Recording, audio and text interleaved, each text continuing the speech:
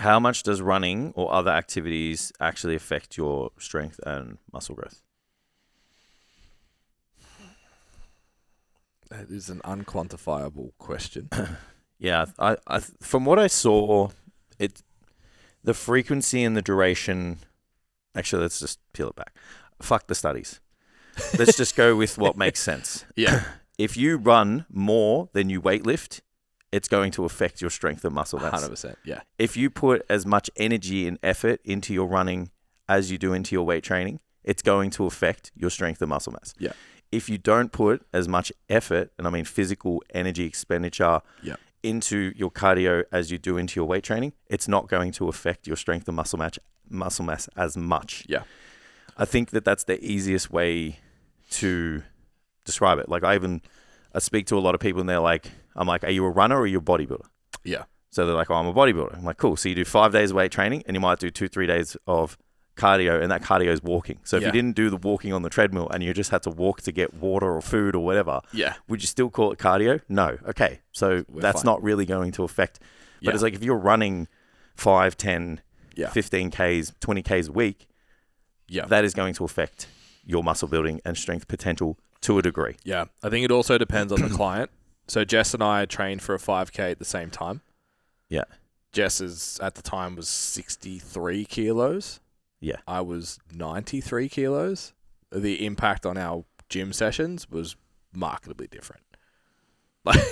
She's a great case study because like she did the hybrid training and then she just did the powerlifting. Yeah. And like way more jacked. 100%. With no cardio. Yeah. Yeah. 100%. Yeah. So even just as an anecdote, it's like, yeah, it makes more sense. It's like if you just go all in on one adaptation, you're going to get I think the you need to decide what. Yeah, Jess is the perfect example because it's like Jess benched 72.5 and deadlifted 150, running 2 to 3 times a week and doing those lifts like once, twice a week. And the rest of her program was like jumps, medicine balls, some dynamic shit, plus some heavy lifting, plus some volume work. Yeah. She looked great. She was very strong. And I think she ran a 5K in sub 25. Yeah. Just fucking quick. So it's like, that's impressive to be able to do all of those things. Weekend just gone. We were going to try for 80 had the day gone differently. Yeah. But she hit 75 basically fucking feet up, essentially, because we had to change her stance. And then deadlift 160. Yeah. So she added 10 kilos, 5 kilos to the bench press, 10 kilos to the deadlift, just focusing for 12 weeks on doing those things. Yeah. So do that exponentially over a year, over 2 years, over 3 years. Outcome-wise becomes really different. Does she still progress in strength in the other model? I would say so. I would say there was still room for us to improve on that. Slower rate and the potential top end is not going to be the same. Yeah, agreed. Yeah, I think because people will be like obviously yelling at their phones, being like, well, you're saying don't do any cardio at all. Absolutely not, because you can increase the benefits of your cardiovascular training through a higher frequency and smaller density. Yeah. And that wouldn't have a really big impact as long as the effort is, kind of controlled. I think running creates this untold variable because running's actually really skill based. Yeah. And if you shit at it, it's actually really taxing. Yeah. Like it's like doing a bad bench press, but you do 1,000 reps of bench. Yeah. So if you do 1,000 reps in session and they're bad, oh shit, your elbows and your wrists and your stuff shoulders hurts. are fucked. Yeah. And like even heart rate wise, like my heart rate used to sit like when I first came out of powerlifting to running, even the 5K that I did, it was like 185 beats for the whole time. It's so high. Yeah, like I was fucking dying. I mean, I haven't checked mine in a while, but it's like that's fucking high. I was struggling. Yeah. So that as like you can't just say how much does running impact training because it's like doing that for 30 minutes. Go in and do that on an exercise bike. Yeah. Like that's hard work for an extended period of time. Yeah. Versus maybe Jess is sitting around 140. Yeah. Because she's efficient with her running. She had a better metabolic base. she was lugging 35 kilos less. Yeah. You know what I mean? So it's so dependent on what your skill set is around running, what your base fitness level is.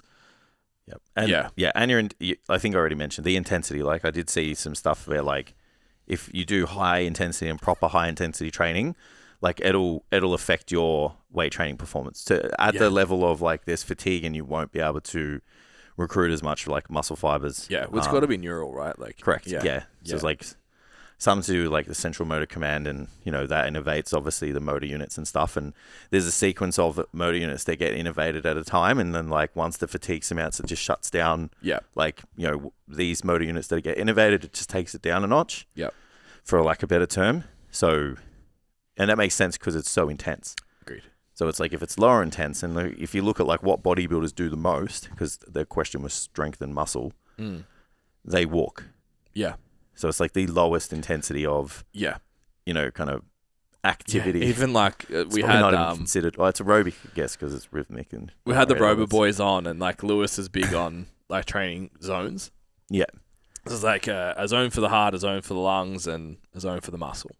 So like the highest output is for the muscle, and then I think it's lungs, and then I think it's heart under that. Yeah. So like cardiovascular health for a bodybuilder, particularly a PED using bodybuilder is important. Moving. So walking is probably a good idea. And I'm like, I can't even get into zone 2, train the lungs kind of, because I'm not efficient or fit enough to get in it. And if I was going to do that, I have to sit on, and that's what I ended up doing, was on an air bike just to stay in that zone for a period of time. So I have made a formula. We've never really pushed it out for like hybrid programming.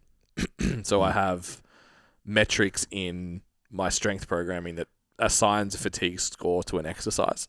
Yeah. And then you have a total allotment of, call them points, that you are allowed to, that you have available to you for the week in terms of recoverability. Yeah. So say like you have 100 points, and then a leg extension is worth 0.65 of a point, and then a back squat is worth 1 point. Yeah. I broke down like sprinting and running and different intensity levels, and I worked with Max and Carl from the Performance Hub on quantifying them. So for every K that you would run was like one set of a compound movement, so like 0.75. So every kilometer was similar to like one set of a leg press, for example. So if you run on 5Ks, 10Ks a week, it's 10 less sets that you could potentially do. So if you are on that top end of like a lot of your clients, how far you're pushing that needle as far as I can get the most out of them. Yeah. Adding running on top of that's going to be a problem. Yeah, absolutely. If you're the average gym goer 3-4 times a week, training for an hour at a time, training 2 reps of shorter failure all the time, it probably will make no difference. Nah, agreed. Yeah, definitely.